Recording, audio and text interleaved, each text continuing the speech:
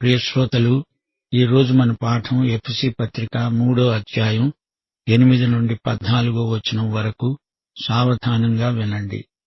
దేవుడు మన ప్రభు అయిన క్రీస్తు యేసునందు చేసిన నిత్య సంకల్పము చొప్పున పరలోకములో ప్రధానులకు, అధికారులకు సంఘము ద్వారా తన యొక్క నానావిధమైన జ్ఞానము ఇప్పుడు తెలియబడాలని ఉద్దేశించి శోధింప శక్యము కాని క్రీస్తు ఐశ్వర్యమును అన్యజనులలో ప్రకటించడానికి సమస్తము సృష్టించిన దేవునియందు పూర్వకాలము నుండి మరుగై ఉన్న ఆ మర్మమును గూర్చిన ఏర్పాటు ఎట్టిదో అందరికీ తేటపరచడానికి పరిశుద్ధులందరిలో అత్యల్పుడనైన నాకు ఈ కృపను అనుగ్రహించాడు. ఆయన యందలి విశ్వాసము చేత ధైర్యమును, నిర్భయమైన ప్రవేశమును ఆయనను బట్టి మనకు కలిగి ఉన్నవి. కాబట్టి మీ నిమిత్తమై నాకు వచ్చిన శ్రమలను చూచి మీరు అధైర్యపడవద్దని వేడుకుంటున్నాను. ఇవి మీకు మహిమకరములై ఉన్నవి. ఈ హేతువు చేత పరలోకమందు భూమి మీద ఉన్న ప్రతి కుటుంబము ఏ తండ్రిని బట్టి కుటుంబమని పిలువబడుతున్నదో ఆ తండ్రి ఎదుట నేను మోకాళ్ళూని ప్రార్థిస్తున్నాను. ఇది సంఘయుగం, పరిశుద్ధాత్మయుగం. ఇది దేవుని ఏర్పాటు, వ్యవస్థ, కృపాసువార్త యుగం. యుగయుగాలుగా ఇది మర్మంగా ఉండిపోయింది. దేవుని యందు దాచబడిన సత్యం. దేవుడు సమస్తానికి సృష్టికర్త. దేవుడు మనకు పూర్తిగా బయలుపరచని రహస్య సత్యాలెన్నో ఉన్నాయి. మనం పరలోకానికి వెళ్లే వరకు ఆ రహస్యాలు మనకు కనబడవు, బోధపడవు.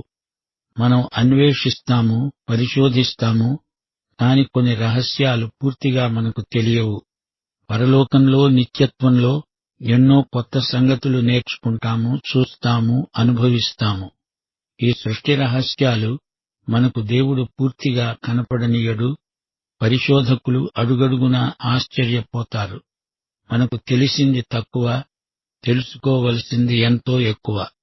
అణుశక్తి, పరమాణు ధార్మిక శక్తి, మన శాస్త్రవేత్తలు వీటిని పూర్తిగా తెలుసుకోగలిగారా? సముద్ర గర్భంలో ముత్యాలెన్ని ఉన్నాయో ఎవరికి తెలుసు, ఎంత తెలుసు? భూగర్భంలోని వింతలు ఎంతవరకు కనుక్కోగలిగాము? దేవుడు బయలుపరిస్తేనే కాని పరిశోధకుల పరిశోధన అంతా వృథా. అలాగే సంఘము ఒక మర్మం, తరతరాల మర్మం.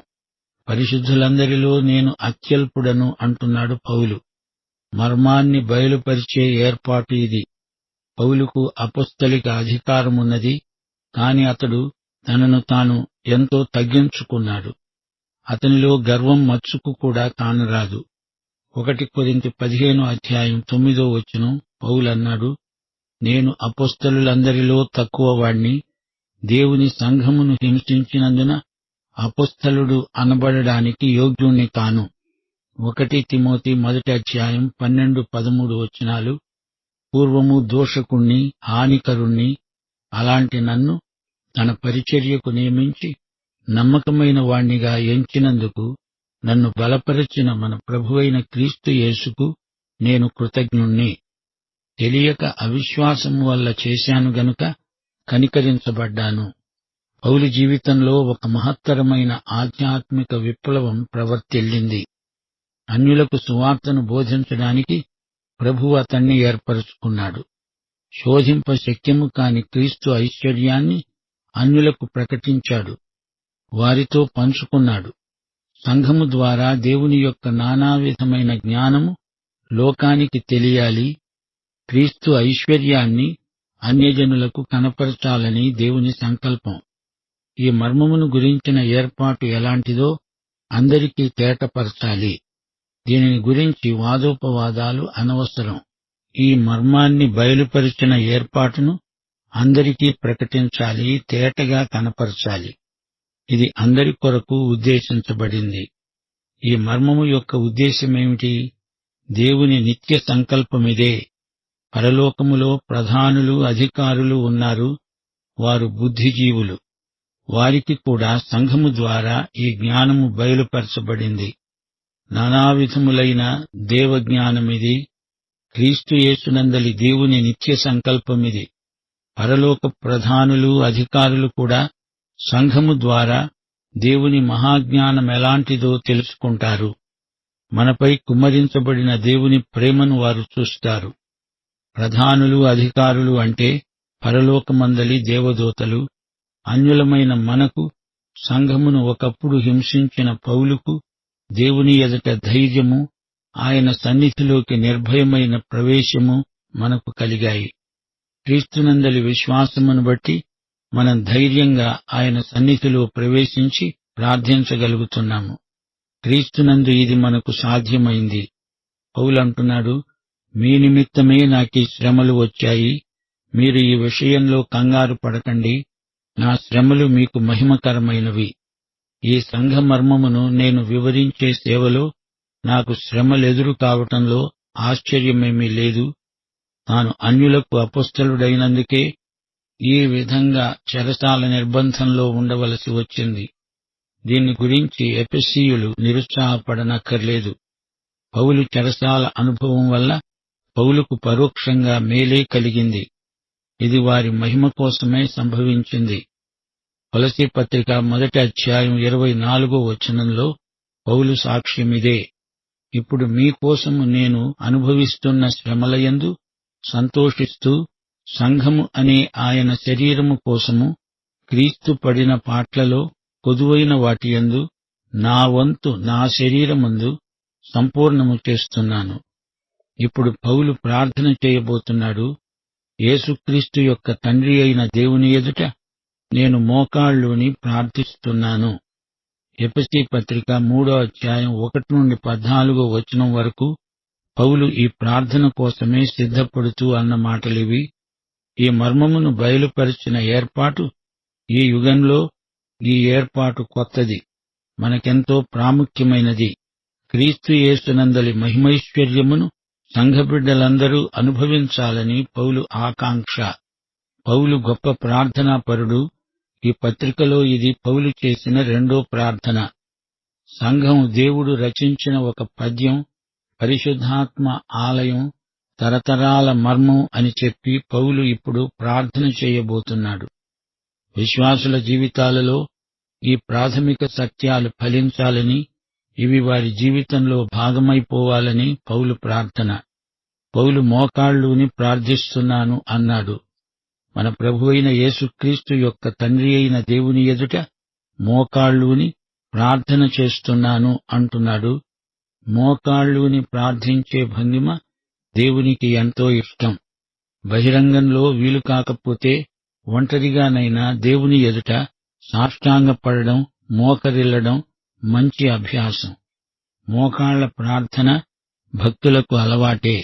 ఒకానొక రోజున యేసు ఎదుట ప్రతి మోకాలు వంగాల్సి వస్తుంది. అలవాటు లేని వారికి అది ఎంతో కష్టమవుతుంది. దేవునికి వినయ విధేయతలు చూపుతూ ప్రార్థిస్తాము. దేవుడు సృష్టికర్త, ఆయన సృష్టే మనమంతా. మోకరిల్లి ప్రార్థించటం సంఘం ఎల్లప్పుడూ ప్రోత్సహిస్తుంది. అయితే శరీర బలహీనతల వల్ల కొందరు తరచుగా మోకరిల్లలేకపోతున్నారు. అది వేరే సంగతి. ప్రభువు గెత్సెమనే తోటలో చేసిన ప్రార్థన జ్ఞాపకం చేసుకోండి. ఆయన సాష్టాంగపడ్డాడు, తండ్రికి ప్రార్థన చేశాడు. పౌలు యేసుక్రీస్తు నామమున ప్రార్థన చేశాడు. ఎఫెసీ పత్రిక 1వ అధ్యాయం 17వ వచనం మన ప్రభువైన యేసుక్రీస్తు దేవుడు అయిన మహిమాస్వరూపి అయిన తండ్రికి ప్రార్థన చేశాడు. యేసుక్రీస్తు అనే కుమారుని నామమున తండ్రికి ప్రార్థన చేశాడు పౌలు. యోహాను సువార్త 16వ అధ్యాయం 23వ వచనంలో ప్రభువన్నాడు, ఆ దినమున మీరు దేనిని గూర్చి నన్ను అడగరు. మీరు తండ్రిని నా పేరట ఏది అడిగినా ఆయన మీకు అనుగ్రహిస్తాడు. శిష్యులు యేసు ప్రభువుతో 3 సంవత్సరాలున్నారు. వారు ఆయన ఎదుట చిన్నపిల్లల్లాగే ప్రవర్తించారు. ఏది కావాల్సి వచ్చినా ఆయన్నే నేరుగా అడిగేవారు. ఆయన వెళ్లిపోయే ఘడియ వచ్చింది. అప్పుడు వారు ఆయనను ఏదీ అడగలేరు. వారు తండ్రినే వేడుకోవాలి. యేసు నామమున తండ్రిని అడగాలి. ఎందుకు ప్రభువు అలా చెప్పాడంటారు? నీవు నేను ఈ రోజున నేరుగా యేసుకు ప్రార్థన చేస్తామనుకో, మనం యేసు మధ్యవర్తిత్వ పరిచర్యను వాడుకోలేని వారమవుతాము. దేవునికి మనకు మధ్యవర్తి యేసే. ఆయన మన ప్రార్థనలను తండ్రికి నివేదిస్తాడు. యేసు నామమున అంటే యేసు నీ ప్రార్థనను తీసుకొని అది తన ప్రార్థనే అయినట్లు తండ్రికి అప్పగిస్తున్నాడు. శ్రోతలు, ప్రార్థన జీవితంలో మనమెంతో జాగ్రత్తగా ఉండాలి. ప్రార్థనలో చెప్పిందే చెప్పడం, ఊరికే పురస్చరణ చేయడం దేవునికిష్టం లేదు. అన్యప్రజలు తిరిగి తిరిగి చెప్తారు, వ్యర్థంగా మాటలను ఉచ్చరిస్తారు. మనం ప్రార్థనలో దేవ చైతన్యం కలిగి మరీ ప్రార్థన చెయ్యాలి. గమనించారా? పౌలు ప్రార్థనలు బహు క్లుప్తంగా ఉంటాయి. ఎఫెసీ పత్రికలో, ఫిలిప్పీ పత్రికలో పౌలు చేసిన ప్రార్థనలు సంక్షిప్తంగా ఉన్నాయి. బైబిలులోని ప్రార్థనలన్నీ అలాగే ఉన్నాయి. కొండమీది ప్రసంగంలో ప్రభువు ప్రార్థన వేషధారణను గద్దించాడు. అన్యుల్లాగా వ్యర్థంగా మాటలు అతిగా పలకవద్దు, దానివల్ల అధిక ప్రయోజనం ఉంటుందని అన్యుల తప్పు అభిప్రాయం. మోషే తన ప్రజలైన ఇశ్రాయేలీయుల పక్షముగా చేసిన ప్రార్థనంతా 3 వచనాలు. కర్మేలు పర్వతం మీద ఏలీయాను చూడండి. బయలు ప్రవక్తలను ఎదిరించి తానొక్కడే ధైర్యంగా దేవుని పక్షాన నిలిచాడు. గొప్ప ప్రార్థన చేశాడు. కాని అది ఒకే ఒక్క వచనం. నెహెమ్యా చిన్న చిన్న ప్రార్థనల మొత్తం 7 వచనాల్లో ఉంది. యోహాను సువార్త 17వ అధ్యాయంలో యేసు ప్రభువు చేసిన ప్రార్థన అంతా మనము 3 నిమిషాలలో చదివి ముగించగలం. మత్తయి సువార్త 14వ అధ్యాయం 30వ వచనంలో పేతురు ప్రార్థన 2 మాటలు, ప్రభువా రక్షించు, అంతే. గలిలయ సముద్రంలో మునిగిపోతూ పేతురు చేసిన ఆక్రందనే ప్రార్థన. ప్రభువు ఆ ప్రార్థనకు వెంటనే జవాబిచ్చాడు. అతన్ని లేవనెత్తాడు. అతడు దీర్ఘ ప్రార్థన మొదలెడితే ఉపోద్ఘాతంలోనే సముద్రం అడుగుకు వెళ్లిపోయేవాడు. ప్రార్థన అర్థవంతంగా, క్లుప్తంగా ఉండాలి. నీతిమంతుని ప్రార్థన మనఃపూర్వకమైనదై బహుబలము గలదై ఉంటుంది. దేవునికి స్తోత్రం. శ్రోతలు వింటున్నారా? పౌలుకు 2 విధాల ఆశీర్వాదం ప్రాప్తించింది. దేవుని మర్మం అతనికి బయలుపరచబడింది. అందరూ జాతి వివక్షత లేకుండా దేవుని ప్రేమయందు ఒకటిగా సమకూర్చబడుతున్నారు. ఈ రహస్య సత్యం పౌలు ద్వారానే వెల్లడి చేయబడింది. అన్యులకు ఈ సత్యాన్ని బోధించడానికి దేవుడు పౌలును సాధనంగా ఏర్పరచుకున్నాడు. దేవుని కృప ఈ విధంగా పౌలు ద్వారా అన్యులకు అందించబడింది. ఈ ఆధిక్యత చైతన్యం వల్ల పౌలుకు గర్వమేమీ కలగలేదు. పౌలు మహాసాత్వికుడైపోయాడు. వినయ విధేయతలు పౌలులో మరీ ఎక్కువ కాజొచ్చాయి. ఇంత గొప్ప ఆధిక్యం అల్పుడైన తనకు ప్రాప్తించడం పౌలుకెంతో ఆశ్చర్యం గొలిపింది. దేవుని భక్తులలో అల్పుణ్ణి నేను అంటూ పౌలు సాక్ష్యమివ్వడం విశేషం. దేవుని సందేశం మనం ప్రకటిస్తాము. యేసుక్రీస్తు నామమున మనమేదైనా ఘనకార్యం చేస్తాము. అదే సమయంలో మనకు దేవుని కృప జ్ఞాపకం రావాలి. నీలో నాలో గొప్పతనమేమీ లేదు, కాని మన ద్వారా దేవుడు చేసిన పని గొప్పది. మన ద్వారా దేవుడు ప్రకటించిన సందేశం గొప్పది. మన సేవ ద్వారా యేసుక్రీస్తు మహిమపరచబడాలి. నీకు పేరు ప్రఖ్యాతులు రావాలని బోధించకు. ప్రజలకు యేసు కనపడాలి. ఆయన మాటలు వినపడాలి. బోధకుడి పేరు కాదు, యేసు నామము మహిమపరచబడాలి. శ్రోతలు, పౌలులాగా మనం తగ్గాలి, ప్రభువును పైకెత్తాలి. బాప్తిసమిచ్చిన యోహాను అన్నాడు, నేను తగ్గాలి, యేసు హెచ్చాలి. దేవుని నిత్య ప్రణాళిక, దేవుని జ్ఞానం, ఈ 2 ఎంత ప్రాముఖ్యమైనవో పౌలు వివరిస్తున్నాడు. క్రీస్తునందు సమస్త మానవులను ఒకటిగా సమకూర్చడం దేవుని అనాది సంకల్పం. యూదులు అంగీకరించలేదు గనక అన్యులకు సువార్త ప్రకటించబడింది అనేది సరైన ఆలోచన కాదు. అన్యుల రక్షణ దేవుని నిత్య ప్రణాళికలో భాగమని మనం గ్రహించాలి. అందరినీ ఆయన ప్రేమ పరిధిలోకి తేవాలని దేవుని నిత్య సంకల్పం.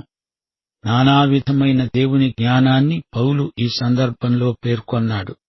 అనగా దేవుని కృప బహుముఖమైనది, అనేక రంగుల చిత్రం, జీవితంలోని వివిధ సంఘటనలకు సరిపోయేది అని అర్థం.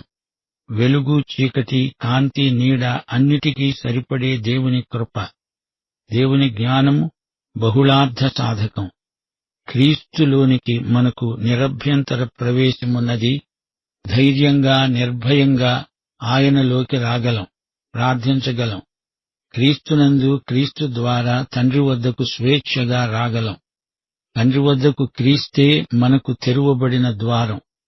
పౌలు చెరసాలలో ఉన్నాడని ఎవ్వరూ నిరుత్సాహపడనక్కర్లేదు. తమ నాయకుడు చెరసాలలో ఉన్నందున అన్యులకు సువార్త ప్రకటించటం ఎలాగా అని కంగారు పడకండి. నేను పడే శ్రమలు, నేను అనుభవించే హింసలు మీకు మహిమకరం. నాకు పరోక్షంగా ఈ శ్రమలు ఆశీర్వాదాలే అవుతాయి అని పౌలు విశ్వాసులను ధైర్యపరుస్తున్నాడు. మొదటి వచనంలోనే పౌలు ఈ మాట అన్నాడు, అన్యజనులైన మీ నిమిత్తము క్రీస్తు యేసు యొక్క ఖైదీనైన నేను. అన్యజనుల కోసమే పౌలు చెరసాల శిక్ష అనుభవిస్తున్నాడు. పౌలు క్రీస్తు ఖైదీ.